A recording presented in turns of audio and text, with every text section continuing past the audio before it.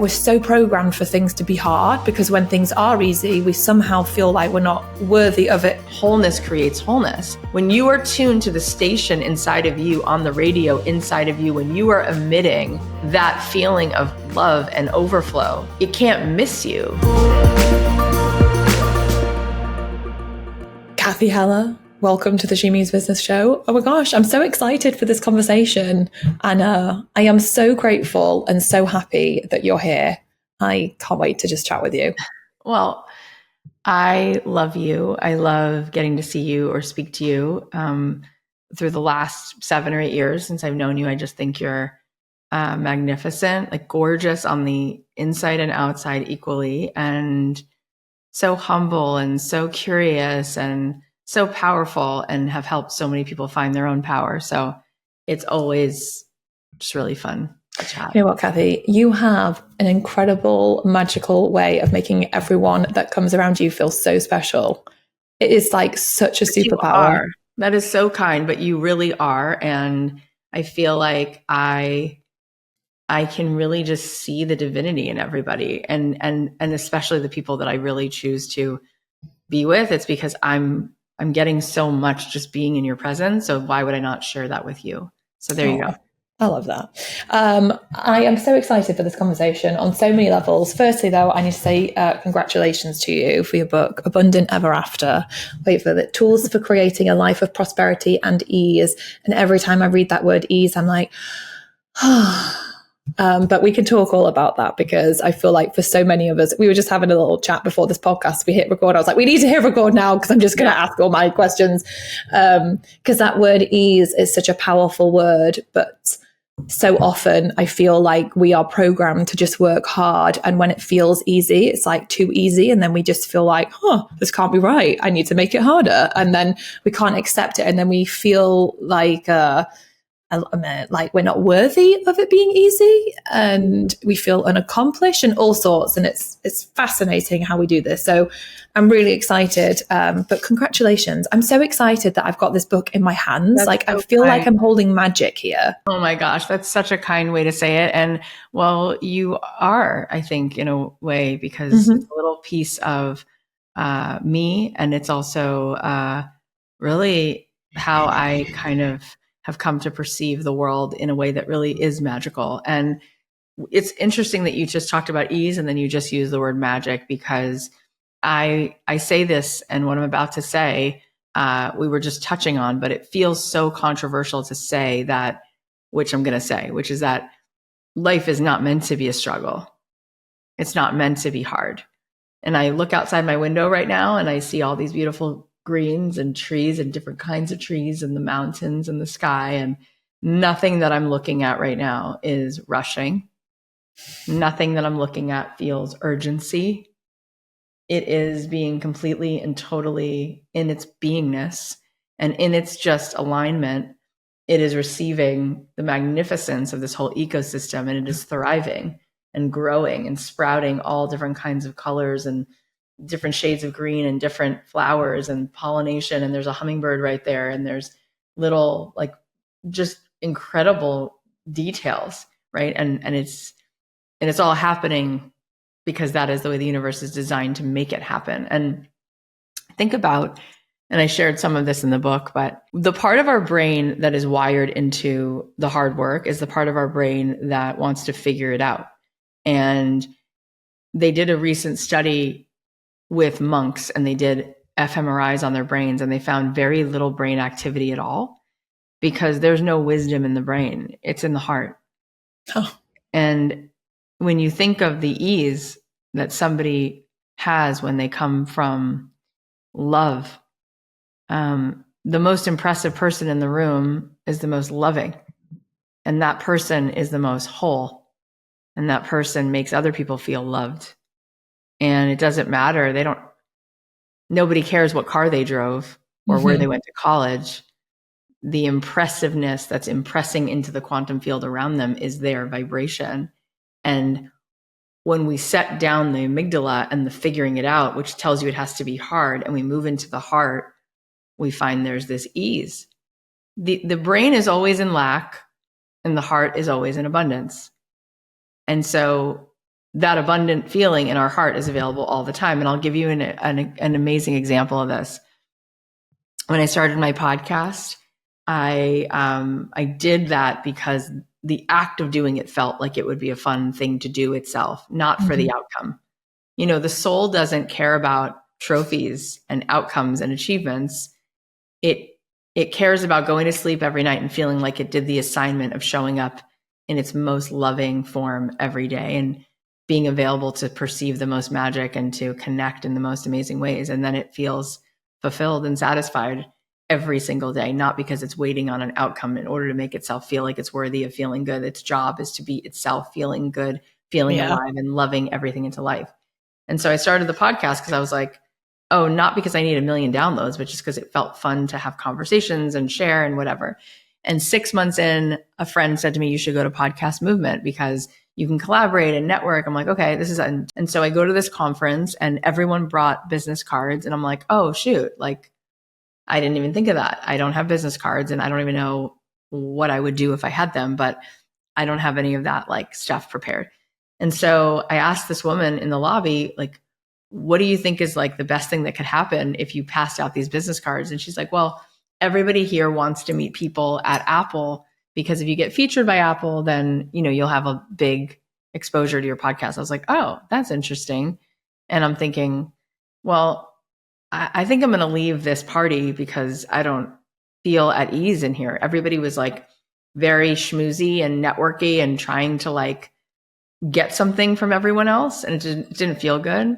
So I left and I went to a different hotel across the street and I sat down and there was someone playing piano in the lobby and I ordered an iced tea and I started to just feel like I could breathe and my whole body felt at ease again. And sure enough, this guy sits down next to me and we start talking and we realized that we're both wearing the same badge from the conference. And he told me he was from the Midwest and I told him that my husband's from the Midwest and we just started talking about life and creativity and we talked for like 40 minutes and he stood up and he handed me his business card and he's like, it was really great to meet you. And I just liked this conversation. And he's like, why don't you come visit the office? I'm the head of Apple Podcasts. I'd love to tour you around. And sure enough, you know, he became a really close friend. And not only did that happen, but it wasn't just that we met in the lobby if I would have had business cards or if he would have, but he became like a mentor to me. Like what I'm saying is the thing that your brain sells you is here's what you need to do to figure it out to get the gold star. It's going to take work, but here's how you do it. Or you completely disconnect from that and say, I'm just going to follow my heart, which means right now I'd rather go sit down and have an iced tea. And oh, who's in the lobby having the iced tea? The person who also wanted to feel good. So he left the party. And who's that person? The guy from Apple Podcasts. Oh, now we didn't just meet. We met at this frequency level. We're both hanging out over here where we both didn't want to be at the party. Oh, now he's not just going to like say hi to me in the lobby and go, okay, and now I meet this person and now 5 other people. No, now he becomes my mentor for the last 8 years. Yeah. And that lesson I have gotten over and over again. And so when you really think about the things in your life that have been the most unbelievable, they happen through synchronicity. It wasn't because you were trying to meet your husband and you knew who he was and you were stalking him and you were standing outside this building until finally one day he saw you. It was like, no, you were at the right place at the right time and something happened and a conversation got had. And then now you have 5 kids and you live and we're at, right. Like synchronicity is how it's meant to happen. Mm-hmm. And that only happens when we do our only job, which is to be in a state of well-being. Yeah. When we are in flow, it all happens through ease. I love this so much on so many layers of what you've said. And it's I really relate to it because I remember once in 2009, I created this little challenge for myself to see if I could make 1 million in a year. And obviously I failed miserably. And then a few years later, I created like my mission success challenge just to see what would be possible if I just, I don't know, like followed my dreams and my heart and I showed up and I was just trying to be of service and I was trying to help people and I just wasn't thinking about anything else. And it was that opened up the floodgates, like everything opened up, the inspiration, the ideas, everything flowed. And it wasn't about me making 1 million anymore whatsoever.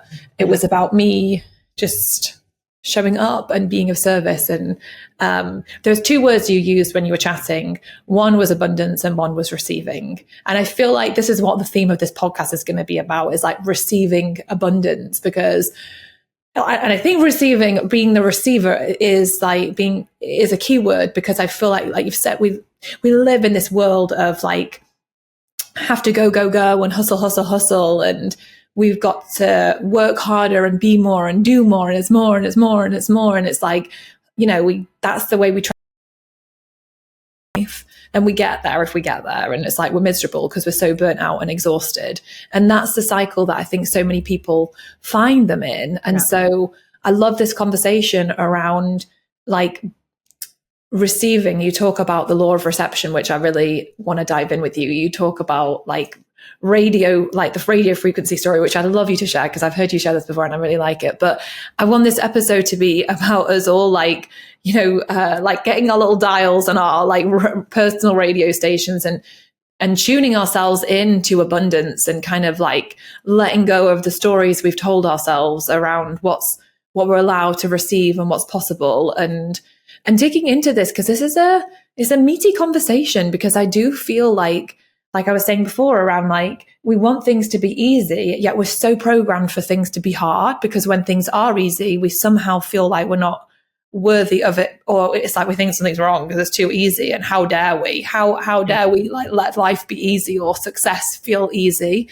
And I think the other thing is around, I totally wholly believe you, and obviously have experienced it. And I love it when you say about you're following your inner knowing, like the fact that you were led across, like you started your podcast because you felt like you just felt called to do it. Yeah. You went across the street and you met that guy. Like, I love those powerful things. But then I feel for so many of us building businesses, we feel this pressure to have all the steps planned out and to follow the plan, and we lose ourselves. We lose the connection with ourselves. We don't make space for it because we feel like slowing down and having that space to think or meditate or connect. And it is, it's counterintuitive, because you feel like you should be working. And it's like what you said before. It's like you're looking out the window and nothing is rushing. And like, that is just so perfect. So I want to dive into it all and unpack it. It makes me think of this idea of what we think we're building and the ladder being on the wrong wall, and what we really are after. Like, the only thing we're after all the time, we're chasing a feeling. Mm-hmm. When you think about it, like, I went away last August, and I do this once a year. I go away for a week to a meditation retreat.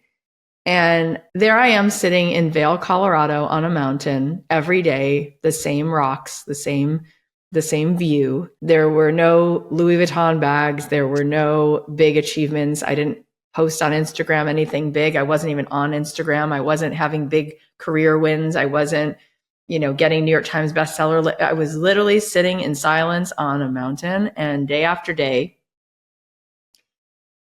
setting down the noise of my head more and more, until finally, towards the end, the last couple of days, I wind up finding what cracks open, which is who I really am, which is the doorway to God, right? The doorway to the part of me that's connected to everything that is, was, and will be.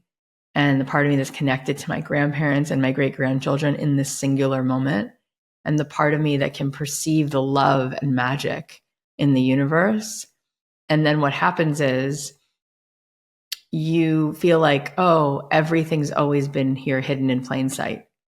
And you come home from this meditation retreat, and it feels like how it looks in Los Angeles after it rains and the smog is cleared away and you can see the mountains and you see the Hollywood sign because there's no more fog. Most of the time, the brain is telling us that there is something outside of us we need to feel that feeling. And if we only make more money, or if we only have the next achievement to post, or if we only have a certain amount of success, it'll finally feel what it's hoping it will feel. And it never will, because the thing it really wants to feel is the oneness that exists inside of our soul, that part of us that has the mystical, like dripping through us, the part of us that has the capacity to move into flow state, the part of us that can find so much love and joy inside ourselves that we could bring love to another person. I'll tell you something that happened in July. I lost my father. He passed away, and we went through hospice, and it was so mesmerizing sitting in hospice. Like the amount of clarity and love and heartbreak and heart opening and powerful love that I experienced. I mean, I felt so much love toward him and from him. It like took my breath away.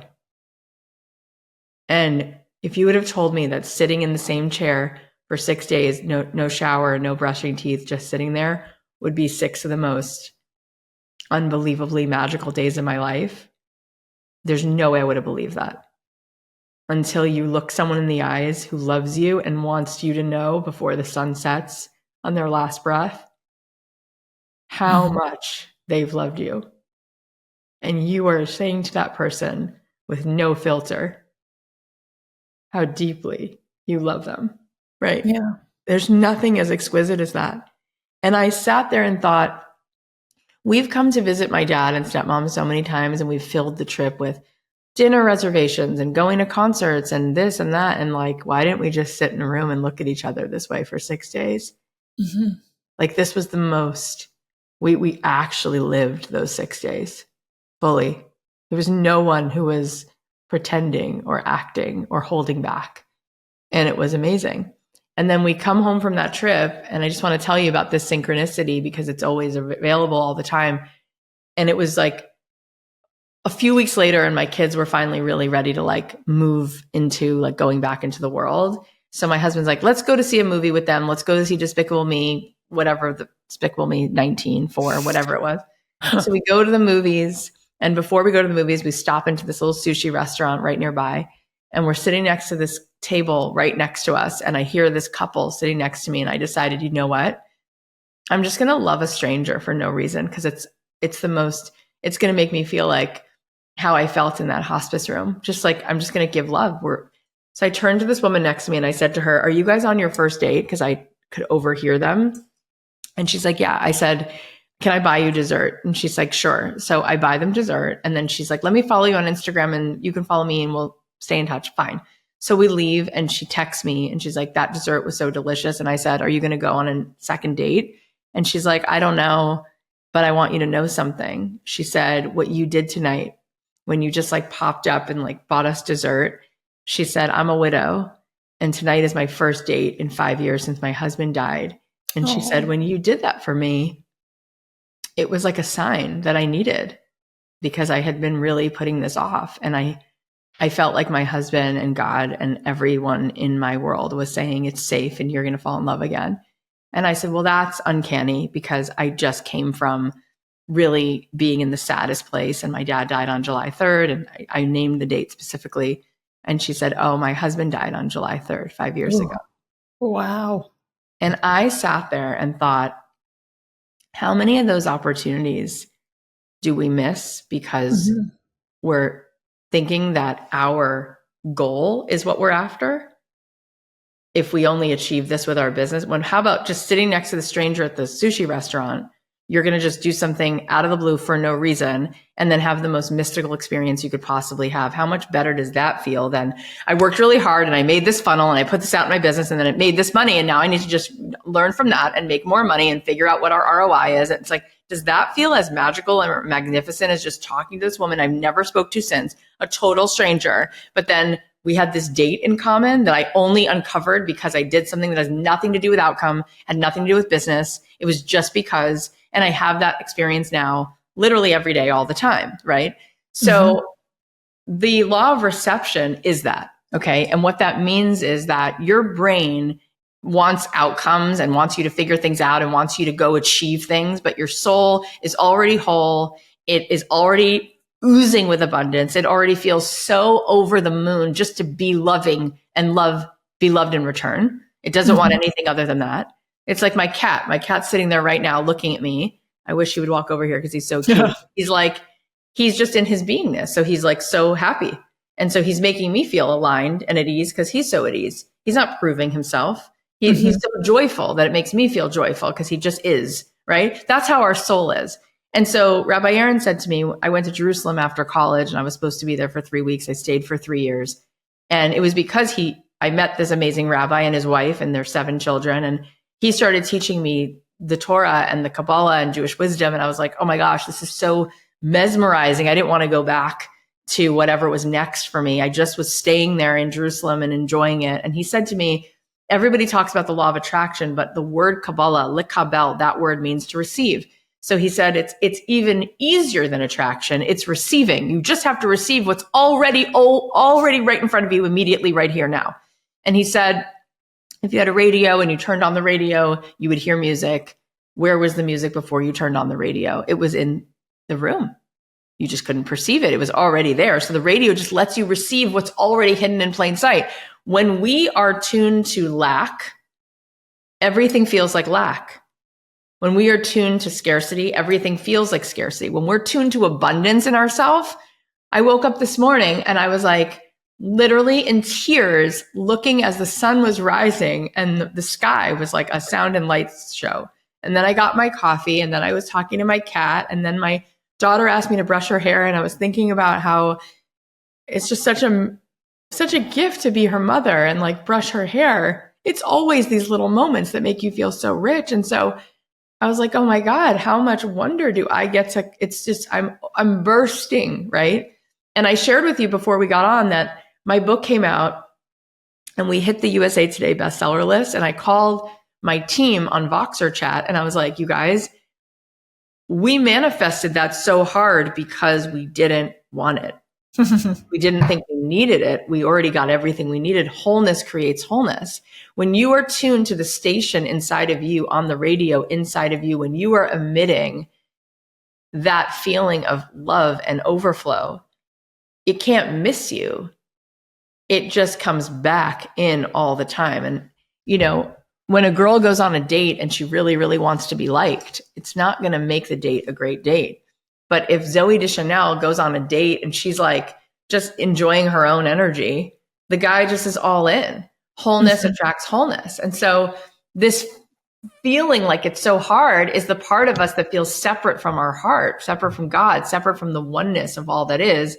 And I want to say one more thing about that, because the big mic drop of Abraham, you know, people say like, oh, he's the father of monotheism, right? What does that mean? It's so much deeper than what we say. It's not that Abraham said there was one God. He did, but he said it differently. He said God is one. There is only God, because God is infinite. If God is limited, then there's God over there and then there's everything else. No, God is infinite, which means God is in everything. That is the oneness of all that is, right? And so we are a vehicle. We are an extension of that, right? In fact, God can't take a risk because God is perfect.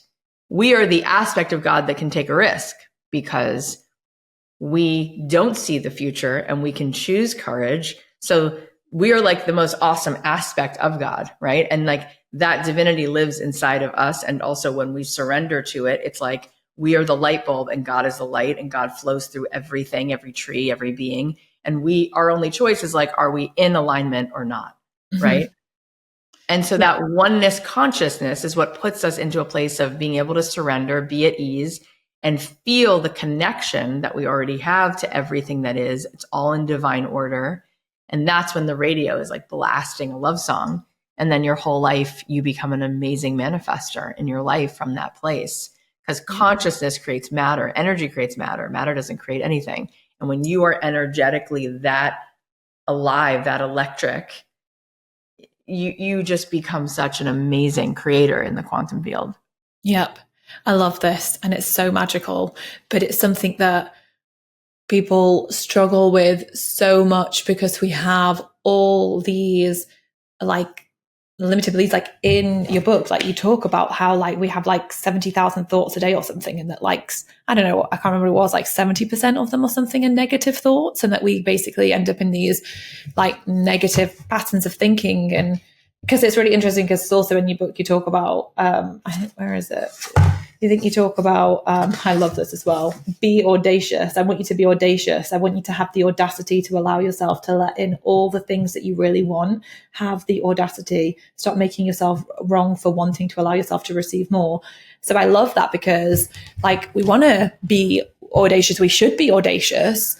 But then it's like, but then we block ourselves because we have all these thoughts around who am I, like the lack of worthiness. And then I think that on top of all that, it gets confusing, because it's like, this is something that I've often felt confused around, especially over the past few years, is like the desire to want more and to expand, and at the same time to figure out like doing that without the hard work hustle piece.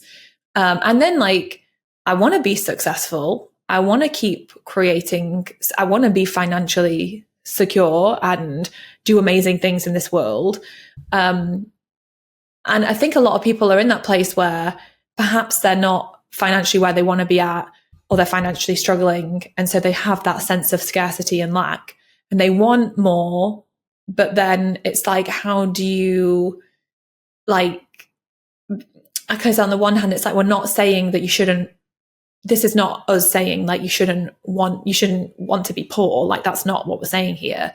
So obviously, there's loads of things I want to get into, but I think it'd be really interesting to talk about your story, because obviously you are really successful. You have an incredible podcast that's had like 50 million downloads. You have a wildly successful business that makes millions and millions. You've got three kids, and life is full, life is busy for you. You are really, really successful. So what has your journey been with abundance? And I don't know whether this is the right word, but sometimes I feel like it's this dance of like, I don't know, like coming home and it's like, oh God, such a fine, I don't know if it's just me, but it feels like sometimes like such a fine line of, I want this, but then it's not like, I want all these material things, but then maybe it's okay to want all the material things. I don't know. Like, this is a confusing and complicated conversation. I'm really happy that you asked it, and you asked it the way you asked it, because I think that this is really putting a microphone to what people are thinking, whether they can express it or not. And I think it's a really good question, which is why I deal with this so much in the book, because you started by saying the audacity, and that's what I say, right? That's what you were picking up on. Like, you should have the audacity to dream these big dreams, right?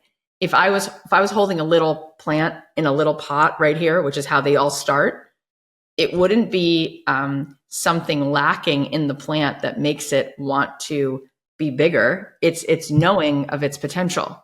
It's its alignment. It's not something wrong with it that makes it want to outgrow this little pot and take up lots of space and have this big expansiveness and have branches and roots that go deep into the earth and like sprout in the most amazing ways like a redwood tree. No, that's its alignment. It knows, because that's how it's designed to thrive. So there's nothing wrong with that. That's like saying a dolphin should feel guilty for wanting to be in the ocean and it should just settle for being in somebody's pool in their backyard. It's like, no, it would die. It cannot function that way. Right. So everything in nature, everything that is created is born to be in its fullest expression. That doesn't make you egotistical. The redwood tree needs to be that tall in order for what? For the entire ecosystem to do what it needs to do. It needs to thrive. We were on the May River in South Carolina and we saw these oyster beds. And the captain of our little boat, he took us out. My kids were tubing and swimming and there were dolphins and all that. And then he said, "Do you see these oysters?" And my kids were like, "What do they do?" And he's like, "You see how they like spit? They're filtering the water in the whole ocean." And he said, if the oyster beds dried up, there'd be something called red tide. So we'd all die because the ocean would die. Okay. It'd be poisoned and we couldn't drink it. Like it's its own water filter system. It's amazing the way the world is created. If the oysters were like, who am I to thrive? Right. And they dried up and died, we'd all be dead in like, a matter of time. Okay. Yeah. So to thrive, when you are thriving, when you have the most amount of receivership in your life, you are allowing the whole ecosystem, because we are all one. See, the question of who am I to have this is the ego that says you are Carrie and you're separate from everything. But that's completely impossible for so many reasons. But number one, because the world is not made that way. The world is made of atoms.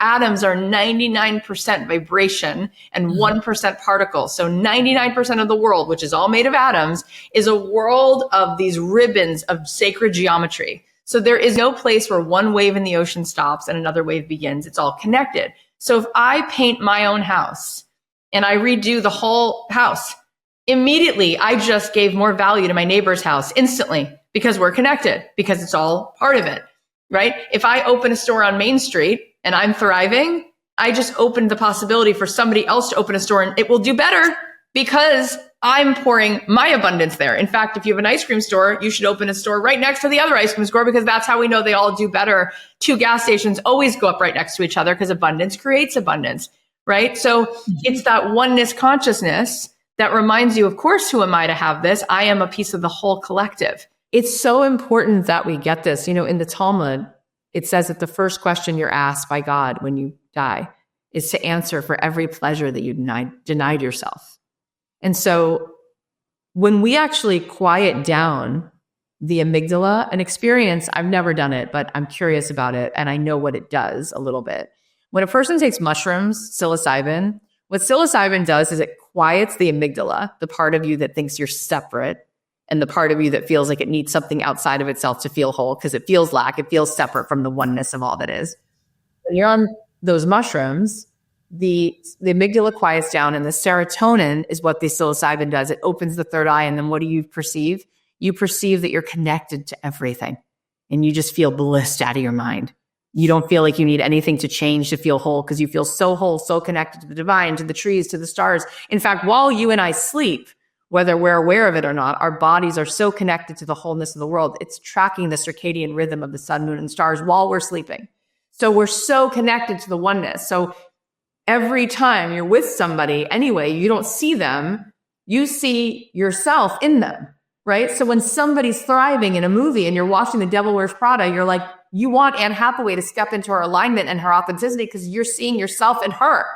So when somebody's winning, that abundance creates that possibility of abundance now for everyone else. So for us to not thrive, we are depleting. And it's so fascinating. It's like we think, who am I to have this, as if we'd be robbing somebody of their abundance, but it's the opposite. When you are thriving, you become a steward of all of that. So if you have bliss in your life, you become a steward of more bliss. If you have money in your life, you become a steward of more money. The problem is that when it comes to money, there's so much resistance because we decided that money is the root of all evil. And that's not true. In fact, it's a mistaken Bible verse. I think the Bible says the love of money is the root of all evil, okay? But if I ask somebody to make a list of 10 people that have money that are terrible, they could. And if I ask someone to make a list of 10 people that have no money that are terrible, they could. And if I ask somebody to make a list of 10 people that are the most amazing people, and it has nothing to do with money, it's like poor people can be amazing. Poor people can be terrible. It has nothing to do with it. The Talmud says that money is like rain falling in a garden. It's an activator. And whatever the rain falls on will grow.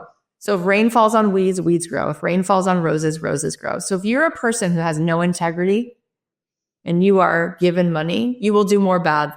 You'll be more out of integrity with it.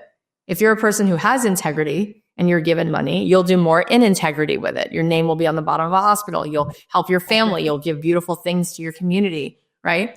Mm-hmm. Same thing with every blessing, by the way. If you're a person who has no integrity and you're blessed with a relationship, you'll probably sabotage it. If you're a person who has integrity and has a blessing in a relationship, you'll do good things with it. It's that we have all this static around money. Why? Because there's a part of us that believes that money is the thing that actually will make us more of who we are. Yeah. But when I ask people, I just want to say this last thing about all this stuff. When I ask people, what does abundance mean to you? They typically do feel like it's a pile of things. They'll say abundance is $5 million. Abundance is a Range Rover. Abundance is a vacation home. And then I say, well, I think you have way bigger dreams than that. I think abundance is the feeling of being at peace. I think abundance is the feeling of the fact that you could maybe feel in flow state. I think what you want, what you really are chasing all the time is a feeling. You just think that this pile of things will make you feel a certain way. But if you are sitting on a beautiful beach at the Ritz-Carlton and you have the most amazing, material things in your life, but you just had a fight with your husband, it doesn't matter that you have all that stuff because you don't live anywhere but inside your own self. And so how's your mind? How's your heart? Right? Some people are so poor, all they have is money. So at the end of the day, the abundance we really want is the feeling of being connected to our true self, being expressed, having the courage to feel like we're living life on our terms. And the thing that I've realized is, because yes, I do have a business that makes millions of dollars a year. I do have a lot of stuff. But the thing I can tell you is every place I have lived, right, since I moved out of my parents' house, moved to Jerusalem, moved to Los Angeles, no matter how much money I had, I have felt so rich. And I believe, this is just my hot take, that I'm such an impatient person. I could never have made a decision that I would only be happy when I got rich, when I got that. So for me, I'm so happy all the time. In fact, every apartment I lived in, I was like, I can't believe I get to live here. I love this window. I love this block. I love that. I love the way the staircase smells. I love this old 1970s tile in the bathroom that's like turquoise blue. I really did. And it was feeling rich every moment all the time that kept leading me to whatever was the next possibility, because the riches create the riches, right? And so I've never seen a person who's like, oh, I feel so rich because I white knuckled it. I was miserable, but I had this goal to make $10 million and I didn't feel good until I made the $10 million. And then one day, once I made $10 million, I felt amazing. And now I'm happy. It's like, if you're the kind of person who couldn't be happy at the DMV right now, good luck. Yeah. Because the Dalai Lama would be happy in traffic right now. He's not waiting on something outside of himself to make him feel rich. He feels rich because he feels the life force moving through his heart. And he's excited that he's alive in this moment. And that's why I shared that story about the sushi restaurant, because our soul knows the way. And what's really, really fun is that it turns out the way the universe works is when we do our one job, which is to make ourselves the most loving, most creative, most at ease, most equanimity possible, all of that, we 3D print the most amazing things in our 3D experience, because they become a reflection of how much energy. What people want all day long is more energy. Yeah. There are people who deplete our energy. There are people who give us energy. When you are so energetic, that you are so whole, that you make other people feel so much more alive, and all of a sudden they leave you, they go, when I'm around you, I just have really new ideas. I feel inspired. Oh my God, your own energy can make somebody else turn on the Wi-Fi inside themselves. Of course you're going to be rich. Of course you're going to get ideas and opportunities, because your energy is like a laser beam that's moving through the world, and everything becomes, it's like watching geometric patterns and equations flowing around yourself all the time. Of course, that's going to imprint into the energetic field around you. Think about throwing a stone into water, and it's a small stone, you make a small ripple. Think about when you throw a big rock and you make a big ripple. When your energy is loving and surrendered because you're happy now, not later, but now, you feel rich now. You feel rich on life.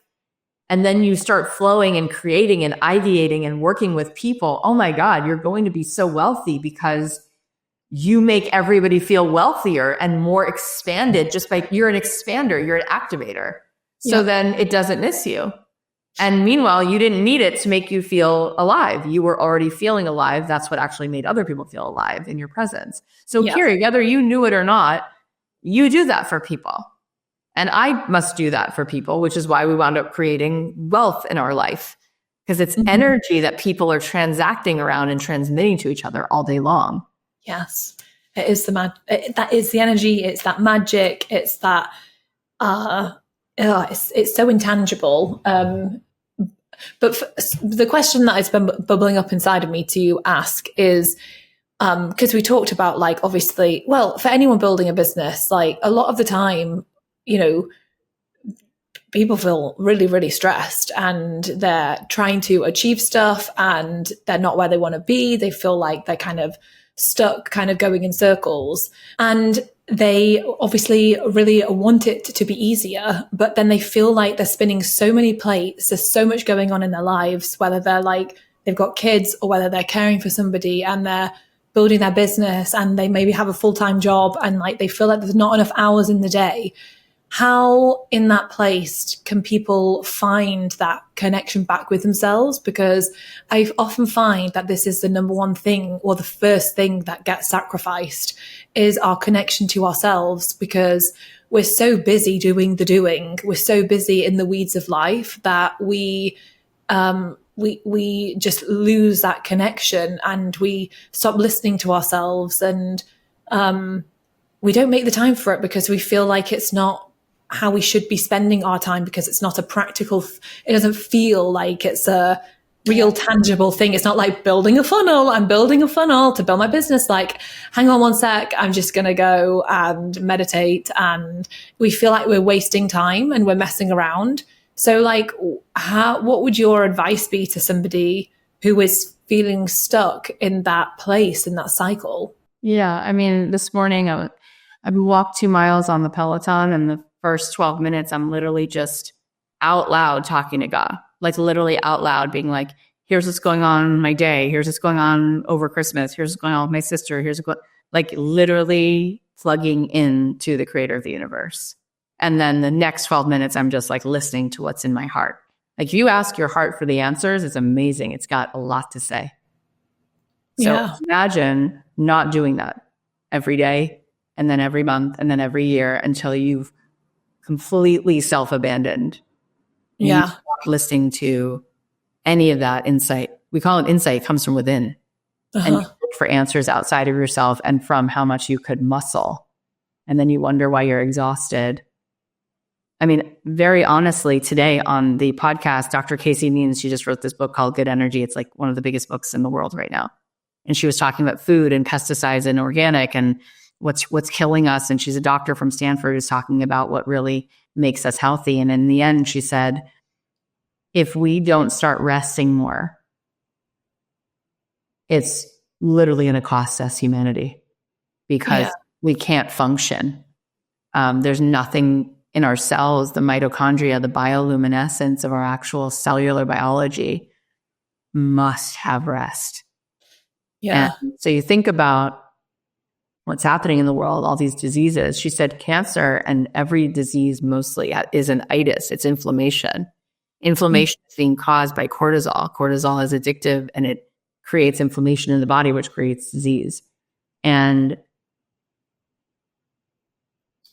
you think about people in the blue zones who are living into their hundreds, and they're finding that they have a lot less cortisol, almost zero. And so who's winning? The person who gets to the end of their life who said they're the most productive, or the person who lives the longest with the less disease and the happiness factor? Yeah. So all of this is coming from a movie that your brain is playing you all the time that says you will be happy when you achieve more. And you need to achieve more, otherwise it's not productive. And you will literally be killing yourself slowly, versus I'm going to live, and not just live long, but thrive and enjoy my life. Because nobody at the end of their life gets the award. Yay, you're the most depleted. You were the most busy. You missed the most life, and you worked the hardest, and you sacrificed everything that would make you feel big so that you became so small and your achievements became so big until there was nothing left of you. And then that is the awful lie that we are being sold. Some people say, I'm getting off the hamster wheel so I can have my entire life. I want my life. I want to enjoy the feeling of grass between my toes and drinking green juice and sitting with my kids. And then I feel so rich. And what's amazing is that actually is available. It just takes the courage to say, I no longer need to prove my existence by achieving things outside of myself, because I'm connected to the divine and I was born worthy and whole. And you think about people who, like Wayne Dyer or Abraham Hicks or Byron Katie or Eckhart Tolle, somehow, some way, with everything I just said being who they are, they also wrote tons of books and became really successful. But I don't know that it came from needing to hustle it. It seems like it comes from listening to what's really radically impressive, which is their spiritual power. I think it's really interesting because I feel like there's a lot of like men, especially in the online space, and there's this very masculine energy around like hustling and like working really, really hard. And I think we often can fall into that trap of feeling like we need to be working really hard, and actually maybe we need to be taking more time to let go and to surrender and to be and to tune in and to listen to ourselves and to trust ourselves and to find that flow state. I mean, because I know in myself, that's where the magic happens. I also, in my experience, like for me, like I definitely got so caught up in business. And don't get me wrong, like even when I was like really tuned in and like in that flow with myself, like I was blooming loving showing up for it. So like people could call that hard work, but I was like so on fire with like what I was doing. And that, like that energy.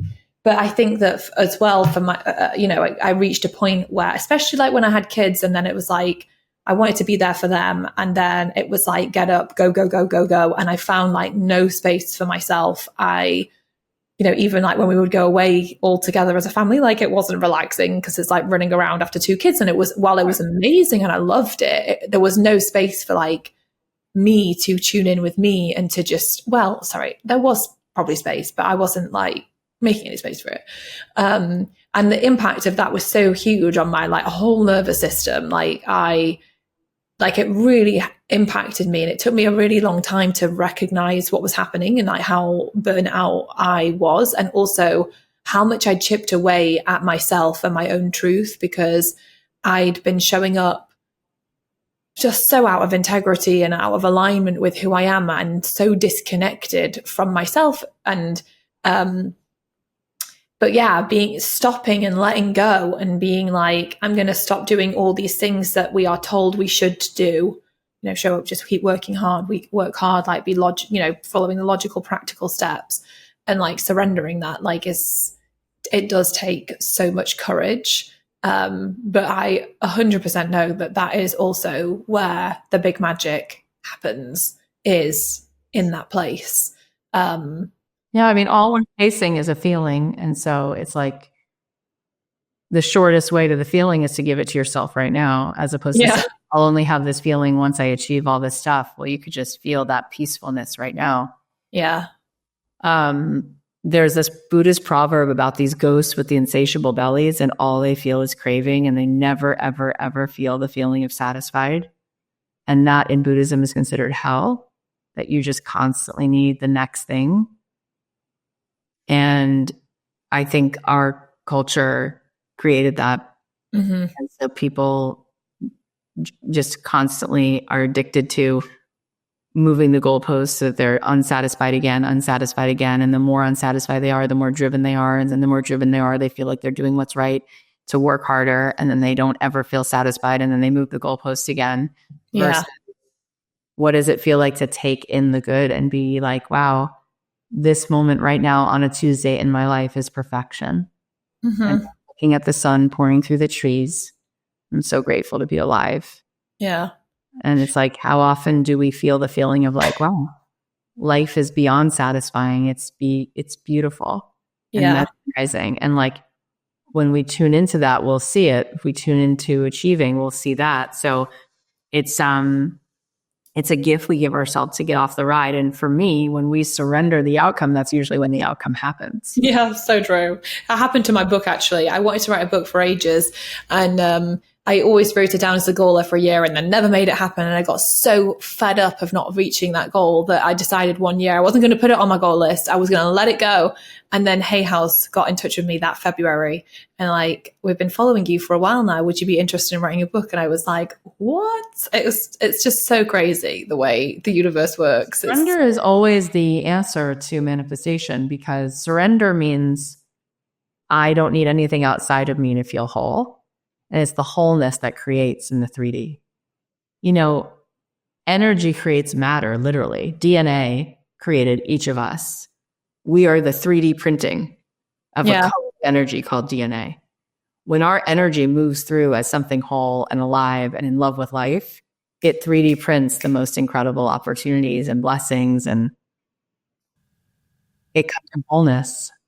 From like a practical perspective, because obviously people will want to know the practical, even though I feel like there's just been that has so many takeaways, obviously, from everything we've been talking about. But what does a typical day in your life look like? Not that it always needs to be the same, but just for in like, just, you know, obviously because you are really successful, like, but what does it look like for you? Like, how do you find your way into that ease, into that flow, into that surrender? Well, I went in a way with my team and with my business where I'm really non-attached and I don't know what's happening in the future on purpose, so that I can be available for like whatever is the next big radical download of the day.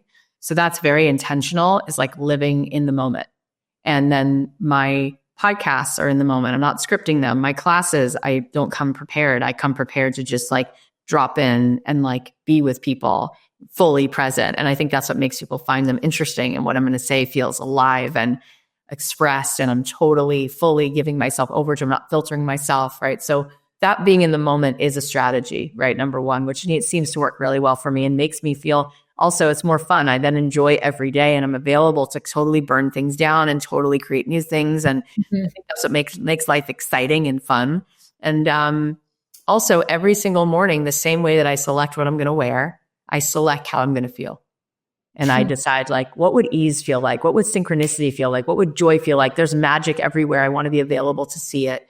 You know, sometimes a miracle is not splitting the sea. Sometimes a miracle is to help me see through the eyes of the most expansive reality possible, so that I'm not stuck in the limitation of the past. Because that's what my brain keeps doing, is spitting out worst case scenarios, telling me the predictable.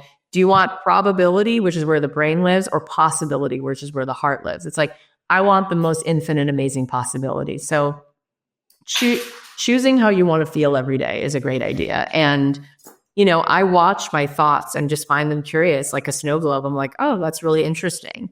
But I don't buy every thought as a fact. And so there's some distance between who I really am and what I'm choosing to believe, rather than just getting caught in the snow globe blizzard of your mind, which then makes you feel bad. And your mind unconsciously thinks what it thought yesterday on repeat, which makes you feel chemically, emotionally the way you felt yesterday. And then it makes you do what you did yesterday. So there's no new possibilities. That's all the past going to keep. So if you want to create exactly what you created yesterday, you'll be unconscious again. Because the more unconscious you are, you'll just think what you thought yesterday, feel what you felt yesterday, and do what you did yesterday. And the world will receive you the same way, because your energy will be the same. But when you move into wholeness and flow and say, I'm available for such a cool new possibility, and I'm going to feel so alive today and so much equanimity today, and find the wisdom in the pain and find the purpose and the meaning, and I'm going to go out in the world and I'm going to love another person into life. You know, all of this, the brain is so obsessed with itself. It's like, when do I get my fix? How much more achievement can I make? Right? The soul actually just wants to love other people. The soul just wants to, like, when we've all been told, like, change the world. You're really not asked to change the world. You're asked to change the world for one person every day. One person is a world. When you wake up with that as your task, you're like, I can do that. I can be changing the world at the bus stop. I can change the world at Starbucks. And then you literally feel creative and alive. It's just, I think people say they want success, but they don't. They want significance. Yeah. If you want to be significant, feel good and make other people feel less lonely, and make people feel the ideas inside themselves, and show people inside of them how much power there is. And when you're a loving, connected person, you make everything feel connected in your life, and then you'll get everything that's meant to come to you.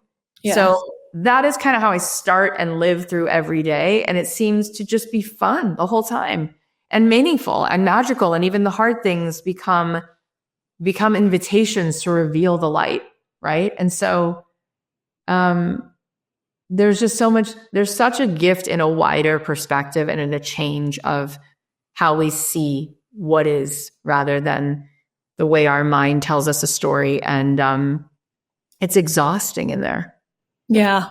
You know what, though? I could sit here and just listen to you for forever, because there's so much truth in what you're saying. And I just think we get so carried away in life, and we just forget and we detach. And I just think you are such a amazing kind of beautiful human, like energy, like bringing us back to what is true. And I think if all of us had the courage to step into, to step back into ourselves, to tune in with ourselves, to chap in with how do I want to feel, and actually, every day, paying attention to those small little things that make the big difference and make up life. Like, life would be so much more beautiful, and from that place, we would create so much more amazing things in our life. And I think for women, one thing they need to hear is like, we're all so codependent that we believe it's our job to make sure that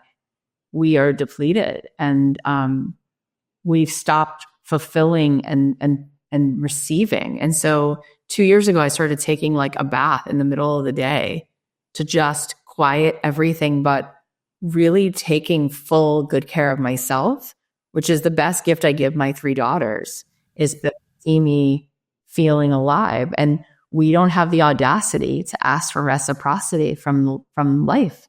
You know, receive compliments. We don't receive help. We don't receive support. We don't give ourselves a break.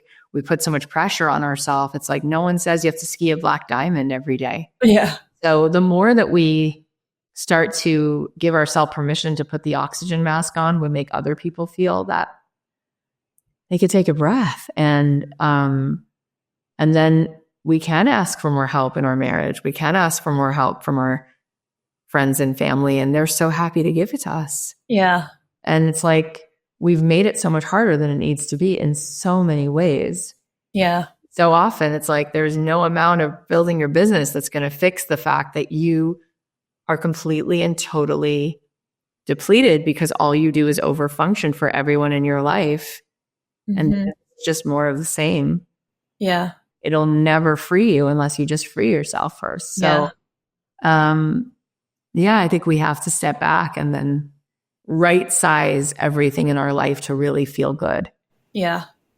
What you just said might be it. But if there was like one key message or a takeaway that you would want somebody to take from your book, Abundant Ever After, what would it be?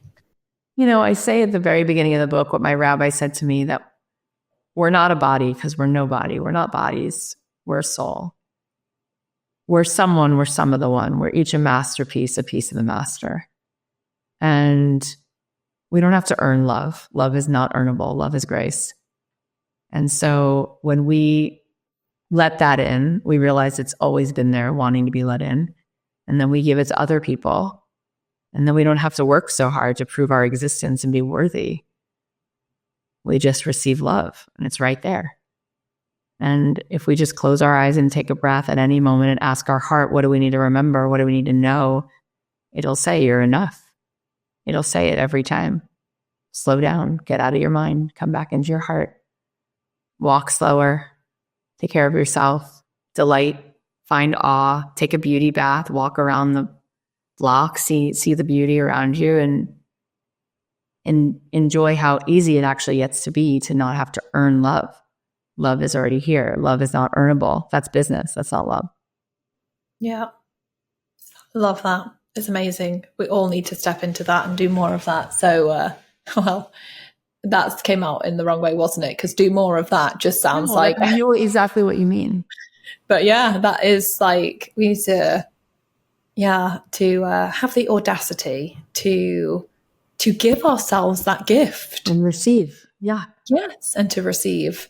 Thank you so much for this incredible conversation. It's been so refreshing, and I have taken so much away, like so much goodness away from this conversation. And I'm so excited to dive more into your book as well. Like, for everyone listening, go and get Abundant Ever After. Is there a website? I mean, obviously it's on Amazon. Yeah, or Amazon, Barnes and Noble. But if you go to cathyheller.com/book, you will be able to get the bonuses when you buy the book. Like, there's a class I'm teaching on manifestation and meditation, and all of that comes with the book. And it will direct you to buy the book everywhere it's sold. Go and get it, everyone. And also, like, you can learn the formula for manifesting money.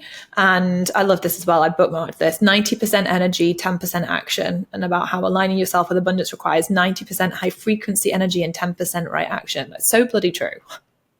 And I just love that you put it in a book to help people, like, with this. So much magic in here. And I'm so excited this book is out in the world for all of us to learn from, and to make some really powerful shifts and changes in our lives. So thank you for this, and thank you for this. You're incredibly generous and kind, and thank you for saying all of that. Thank you. And it's just it's a blessing to have these kinds of conversations. And I don't have all the answers, but I think that these things can really provide a lot more peace. And I'm hoping that downshift into something that feels like our truth just provides us all with more well-being. We deserve it. Yeah. But yeah, the final thought that I have is, like, when you said that, is like you and I are sat here, and obviously we're both, like, successful, whatever, I suppose in a traditional sense of the word, like, we both have successful businesses and everything, but both of us are also sat here knowing that it's the connection with ourselves. It's that magic that we like the intuition that we pick up. It's like following our heart and soul. It's listening to that voice, that inner voice that's bubbling up inside of us. That's where the magic is at. That's what opens the pathway. That's what actually leads to creating the really amazing success. And it's not the hustle and grind. And I know when I have, like, switched into that kind of more like grind, like, I've burnt myself out. Like, that's not where it's at. I feel like the last thing I just want to say is that we don't know our own power. Like, our power is our spiritual power. And when we actually crack open what's really wanting to be birthed, it is a live wire. We can't predict it. It's the part of us that is full tilt boogie authentic, triggers people, inspires people. And that's who we're really dreaming of being. And being contained inside of who we think we need to be when we hustle is so boring and so unfulfilling and so not activating. And the real work we do in this world is when we crack open in the part of us that really wants to be seen and heard, and isn't trying to be liked by everybody, and isn't trying to figure out what the outcome will be and to control how people perceive us, but just shows up. And that's when the most unbelievable things happen in our life, because we show up fully as our aligned self. So that's what I want to really ultimately help everybody to do with this book. Oh, so good. That was a really great way to end this episode. Cathy, thank you so much. You're amazing. I really appreciate you. Thank you for this conversation. It's been wonderful. Everyone, go get Abundant Ever After. Go follow Cathy on Instagram. Go cathyheller.com/book. Go grab it. Get all the bonuses. I think you're going to love it. I mean, I know you will love it. Yeah. Thank you for the most beautiful conversation. It's really such a gift. Such a gift. Thank you so much. I hope you've all enjoyed listening to this, and I will see you next time on the She Meets Business Show.